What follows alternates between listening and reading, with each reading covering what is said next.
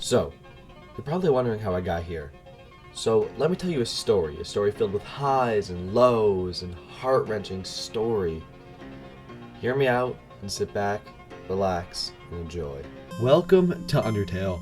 Specifically, Undertale Genocide Mode. If you don't know what Undertale is, it's this amazing game by Toby Fox. The game is filled with heartfelt stories, great characters, and amazing music. But most of all, it's hard. Undertale Genocide Mode is no doubt one of the hardest and most memed bosses in video game history. Sans. It's also home to the boss that stopped my younger self from ever beating the game, but well, we'll get to that later. This video was recorded while I was streaming, and a very big thank you to CupMaster for not only giving me the idea, but he also helped me out a lot along the run. Please check him out. Please like this video. This took so long to make. Enjoy. We start the game by going through this door and meeting this flower named Flowey. Now, Flowey has a secret agenda and pretends to be our friend and tries to give us love pellets, but he's lying.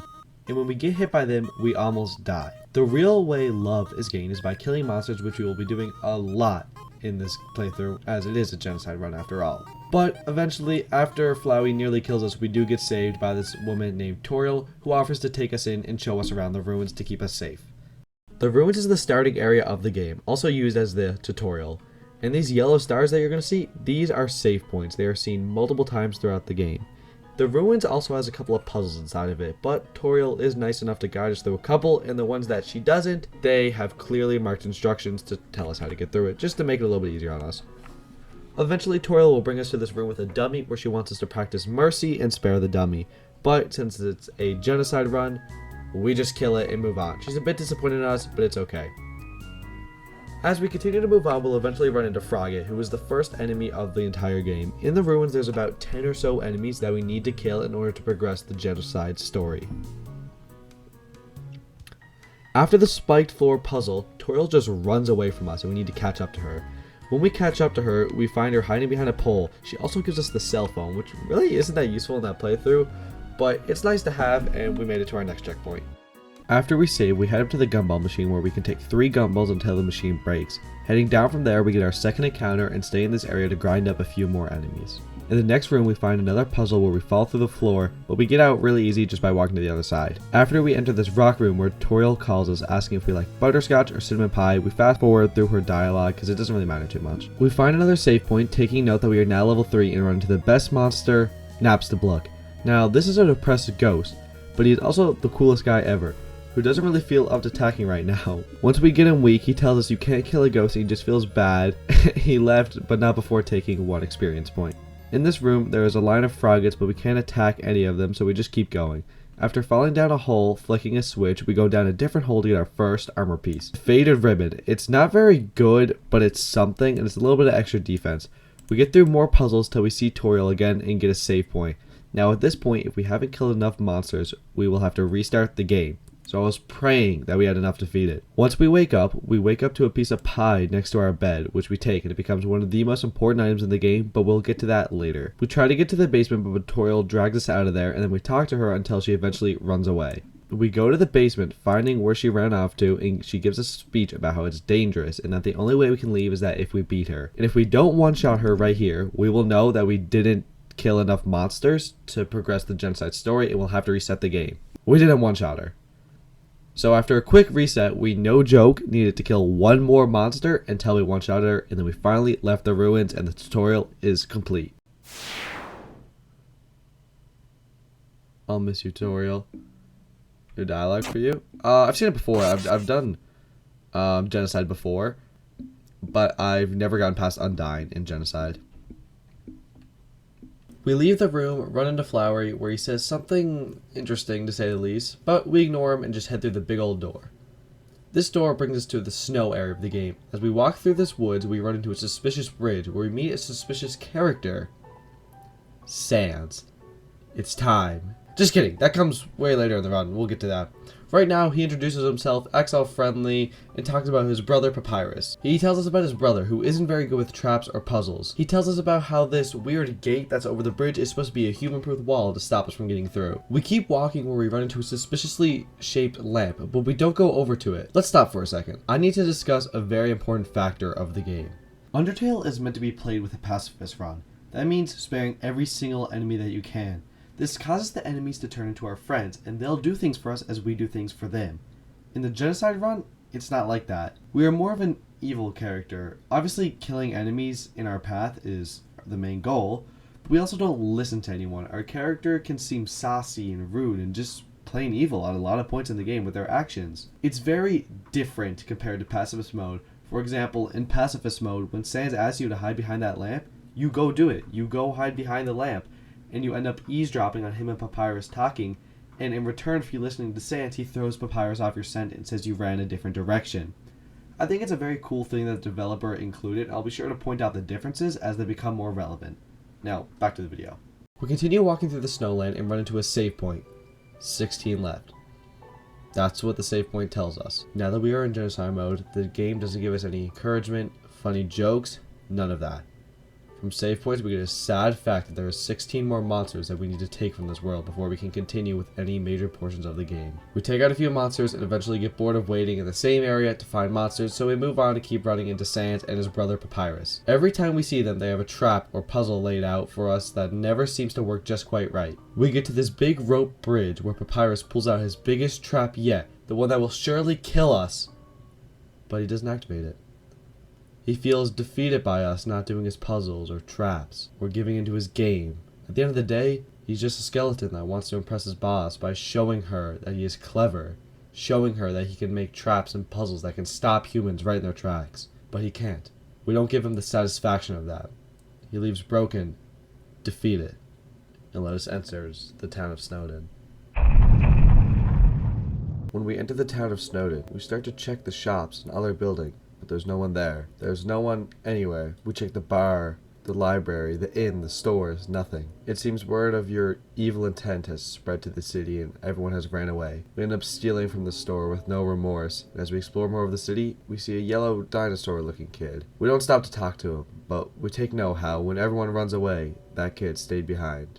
To do something that is unknown to us right now. As we trek deeper through the city, we find ourselves in a snowstorm, but we aren't alone in this snowstorm. Not anymore. We find someone. A familiar silhouette emerges. Papyrus. He tries to talk to us, have a normal conversation, but we don't listen. We get closer and closer to him, threatening him, till we start his fight, and he even offers to spare us, showing us that there's still good in the world, that we don't have to continue down this path, giving us our final chance to back down, but we don't listen to him. We don't let him spare us. We kill him and take his soul. All of a sudden, the world seems a bit more bleak, almost like there's less joy down here, like we lost someone who could have had great importance to us. But we move on, forget about it, and enter the WaterFall district. So that was kind of heavy. Let's try and keep WaterFall on the lighter side of things. When we enter the district, we quickly talk to the Dino Kid, who tells us that he snuck out so he can see her. Not really knowing who her is, he tells us that she is a fierce warrior who is going to be the one to stop the human from killing everybody. We find a tutu, which turns out to be our next armor upgrade, and then we trek through some bushes and get our first glimpse at her. We try to move a little bit and she spots us, pulls out her spears just to get distracted by something else and leave. The kid turns out to have been in the bushes with us, and he says he's so jealous that she stared right at us instead of him. In the next room, we decide to make this room our farming room. We just stay in here to farm our kills for the 18 monsters we need to take out. This took 54 minutes. I wish I was joking. With Aaron being our final monster, we step out onto these bridges where we find our next battle. A battle with Undyne. We need to sprint across these bridges, avoiding her spears as fast as we can, as if they hit us, we get sucked into a battle where it is very difficult to avoid any of her attacks. We make it to a safe spot in these bushes, where Undyne spots us and slowly starts trekking forward. Reaches her hand out to grab us, but she misses, and she grabs the Dino Kid instead. We were given a second chance, another chance to move on. The kid, not knowing who we are, brags about being the one that she chose to pick up, and how unlucky I am that it was him instead of us. Eventually finding our way to the sad statue in the rain, which we hit an umbrella, and then it plays a beautiful song for us.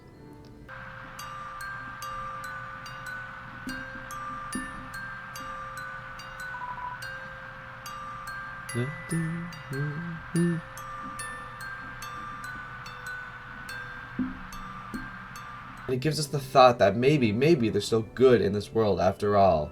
We regroup with the Dino Kid and continue walking. We reach a beautiful view of the castle fit for the king of this world. We get separated from the kid after he boosts us up on a ledge and finds a new way to get around, and he gives us a new save point. On the other side of the save, Undyne returns, daunting us with her spears.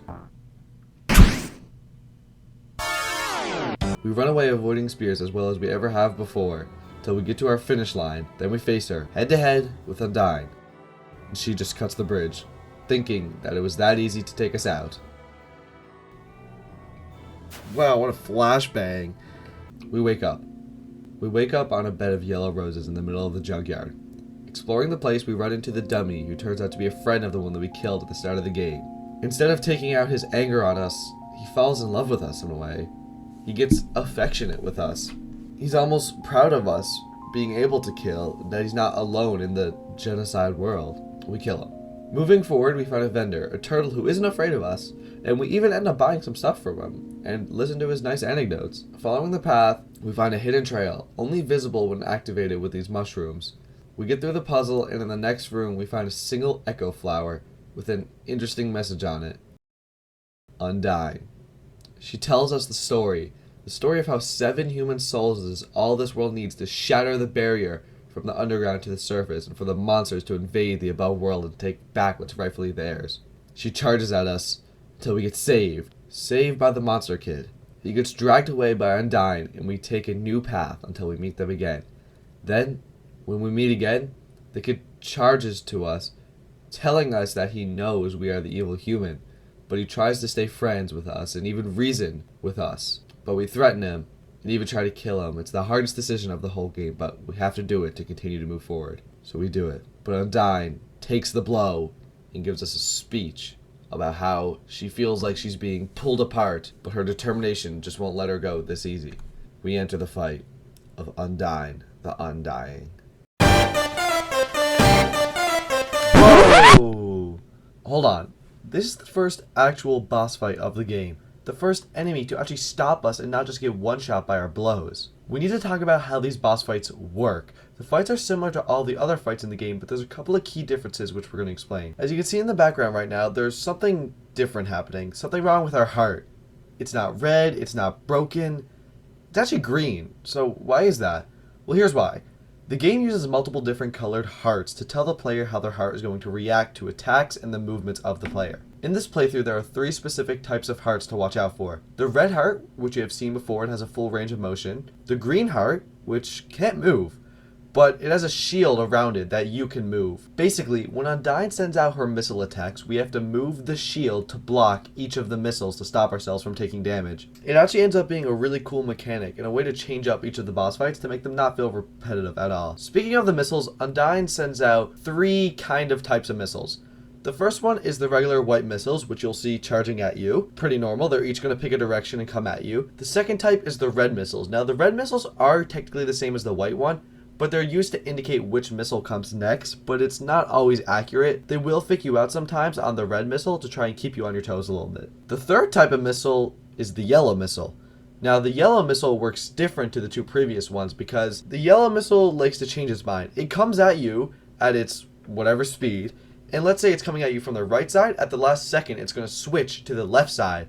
Same goes for up and down. If it's coming at you from the top, it's going to switch at the last second and come down at the bottom. It becomes really hard to range in your head when they send out the white and the yellow missiles at the same time. It becomes really hard to keep track of it, and you'll see me mess up quite a few times. You're probably wondering now, well, you said that there's 3 missile types, and I only heard 2, so what's the third one? Let's just keep that a secret for now, and we'll talk about it when we get to it later. So, I hope you got all that. I know it's a lot to take in, but I'm tired of explaining how this boss fight works. I just want to get into it already. This is the boss fight I talked about at the beginning of the video that caused my younger self so much pain. Just 5 short years ago, never being able to beat this boss fight. But enough of that. It's time to do it for real. The fight starts fairly basic with some simple missile attacks and not too much more. Our goal during this phase of the fight is actually just to avoid getting hit, like at all costs. We really can't afford to lose too many healing items here because we're going to want them later in the fight, and we also want to get in as much damage as possible during the early phases when it has simple attacks. After the missile phase, we do go red for a little bit, which isn't too bad because at the start of the red phases, it's really not that difficult. The only one that makes me sweat a little bit is the tiny box attack. After another round of missiles, we get our first spinning spear attack, which is honestly a really scary attack because they go really fast then really slow, and it messes with your timing to make sure that you can get through without getting hit. Not to mention that immediately following this attack is an introduction to the yellow arrows, which always mess with my head. I do get hit more than I'd like to admit in that part. The keen watchers will notice that every attack we get a chance to hit 3 times. If you land all 3 of those in the perfect square in the center, you'll hit a golden critical, which does a lot more damage. We actually don't hit that in the entire run, so it's not very important. I just want to point it out. Undyne is definitely a scary and difficult boss, but looking back at it now from the eyes of someone who's editing the video, it's not that bad. It's more of just a bullet hell, a wonderful, seemingly scary boss that turns out to just be a rhythmic bullet hell. During the fight, I find it easy to get lost and even distracted in the great music design. As we whittle our health even lower, we stay diligent, dodging like I never have before, and being more scared that I'll somehow mess it up. But somehow, someway, we beat her on the second try, and I think that my reaction just happens to say it all. Yes! Okay. Yes! Second try. Oh my god. Oh my god. Doing that made me feel amazing. Just knowing how much pain that this boss caused my younger self, I don't think it translates as well as I wanted it to on the video, because this was just great. Just so long has this thought of maybe one day beating Undertale genocide mode being in the back of my mind, and it just felt great to finally be making progress towards it. And it actually gave me a lot of false confidence where we'll eventually hit our roadblock later on the run. After leaving the Undyne fight, we collect our save point and head to Hotland.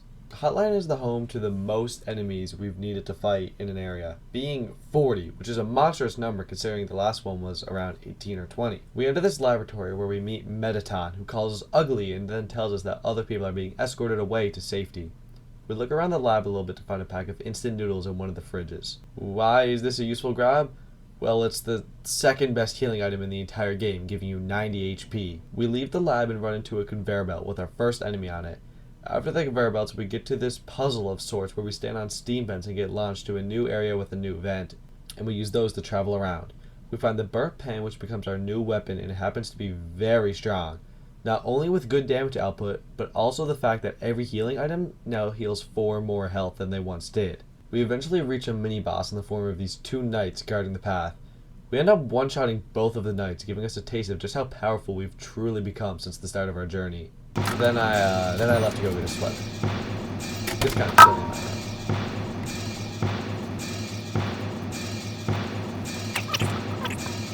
Sorry about that, chat. Continuing from there, we do get a view of our destination, the core. We get to L3.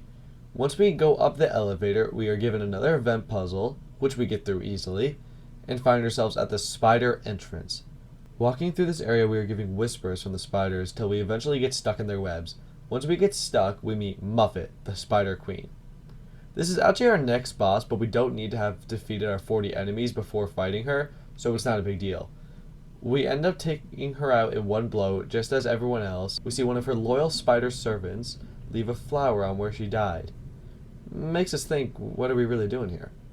Through the next couple of rooms, we get to the MTT, but first we go to a back alley and buy some very good items. One of these items happens to be a new weapon, which does deal more damage, but it doesn't have the bonus healing effect, which we end up switching to later on, and we do pay for it later on in the run. We would much prefer the healing effect. But now we can enter to the MTT Hotel, or in other words, the Mettaton Hotel. Yeah, that robot from earlier. We are immediately greeted with a waterfall that's miscalculated and spilling all over the floor. Then we head up to the Glamburger store and buy a face steak and as many legendary heroes as we can afford. Eventually we make it to our farming spot, which turns out to be this big bridge, which is where we stay until we defeat all 40 of the monsters that we had to take care of. This actually wasn't that bad, with most of the fights being a double or triple, so it didn't take too long, but it definitely wasn't a short amount of time. Eventually we have defeated everyone in the area and we go through this ominous looking door. Through the door we meet Mettaton again, the true boss of this area. Then he transforms into a different version of himself, the Mettaton Neo version. We're a little bit nervous going into it, but as every other boss, we get a taste of just how powerful we are and end up taking them down in just one blow. He leaves us with nothing but some love to get even stronger with. The next elevator we get to brings us to the strange black and white place, but it seems oddly familiar. After a little walk, we come to Toriel's house with no color except for some strangely familiar yellow flowers. We head to the room where we find a heart-shaped locket and a knife. They become our new weapon and armor piece of choice. We explore the house even more until we find 2 green keys used to unlock the basement. We take a long walk through the basement and eventually outside, consistently being interrupted by Flowey, who even becomes scared of us towards the end of our conversation. After all that walking around, all these fights, all this triumph, we finally enter a yellow lit room with nothing but a save point, a box, and a familiar skeleton to come and greet us. Well, sorry old lady. This is why I never make promises. It's a beautiful day outside. Birds are singing. Flowers are blooming. On days like these, kids like you should be burning. Oh,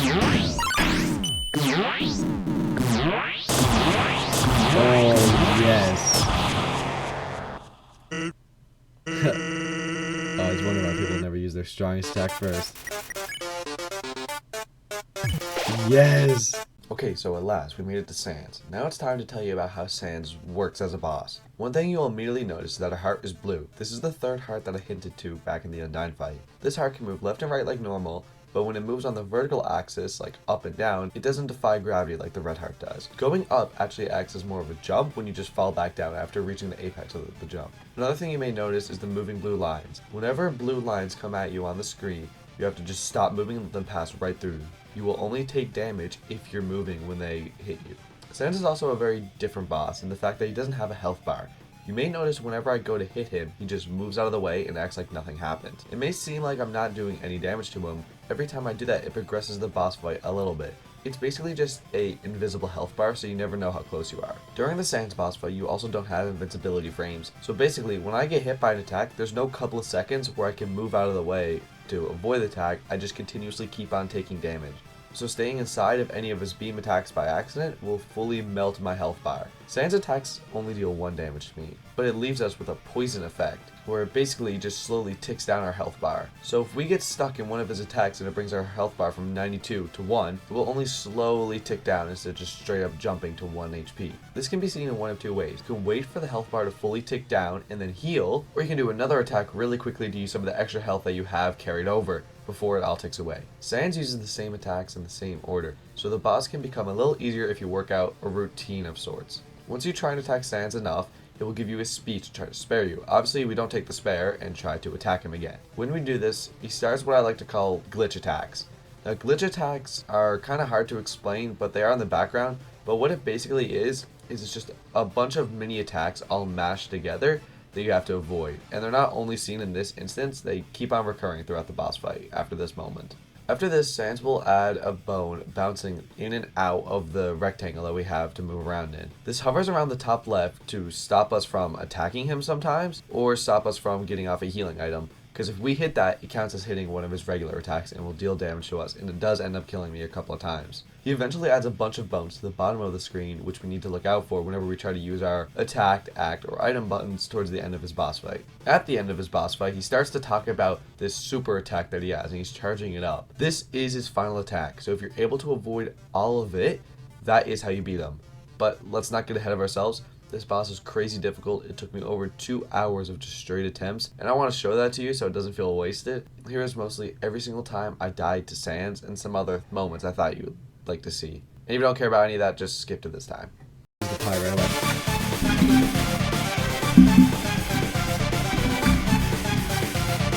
Alright, what was I? Oh, that one's so hard. It's so fast. Oh, this is gonna take so long.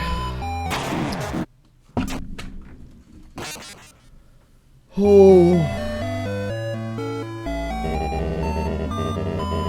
I get hit less often in the second phase. I'm noticing that. We are coming up on the break, so I'm gonna try not to heal. But I don't know if I'm gonna make it. Oh shoot.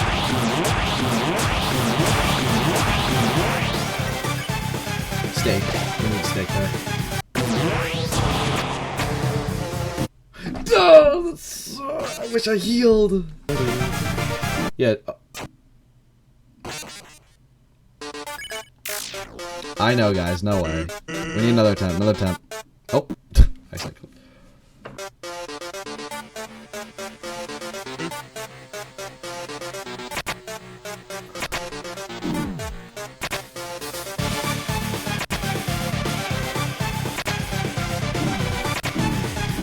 No!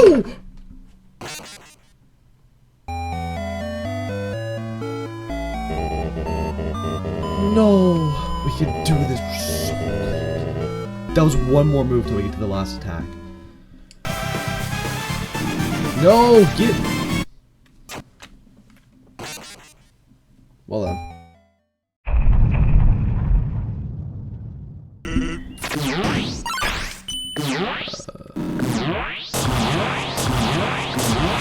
Just for like prime example, we got hit.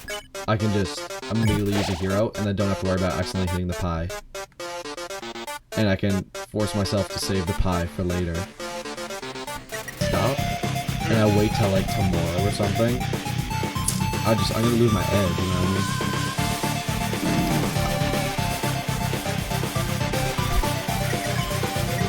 We're gonna use the pie.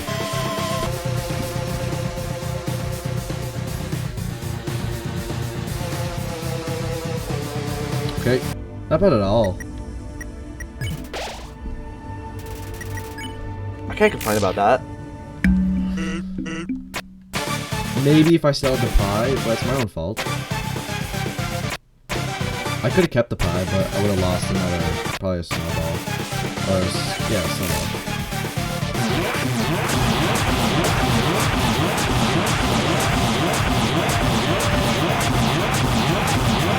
I don't know how I didn't get hit there. I really should have got hit there. Oh my goodness.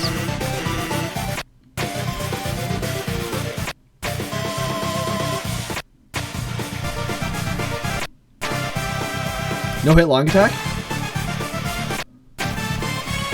It's all in favor of attack. It's me and you, Sam. It's me and you. Okay. Maybe we should heal.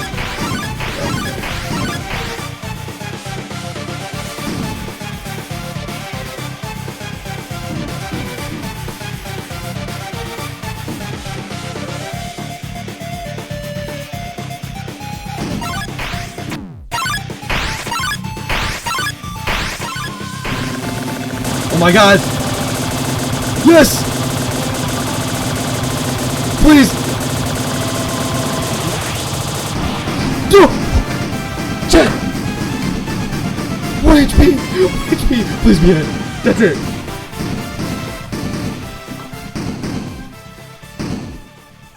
Chat, we did it! We did it! Holy shit, 1 HP! Oh my god!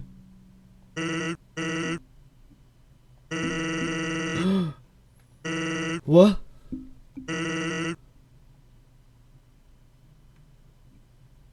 Oh my god. Oh. Thank you. Oh. Do I heal or do I just kill him?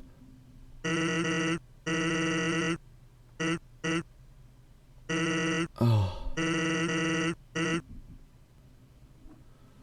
Oh, there's no way. There's actually no way. Oh. Buddy's out like a light.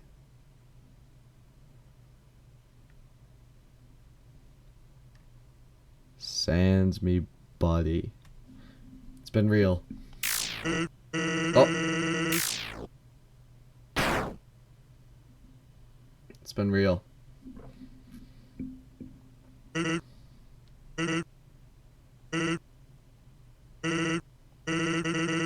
Guess that's it, huh? Just don't say I didn't warn you. Oh.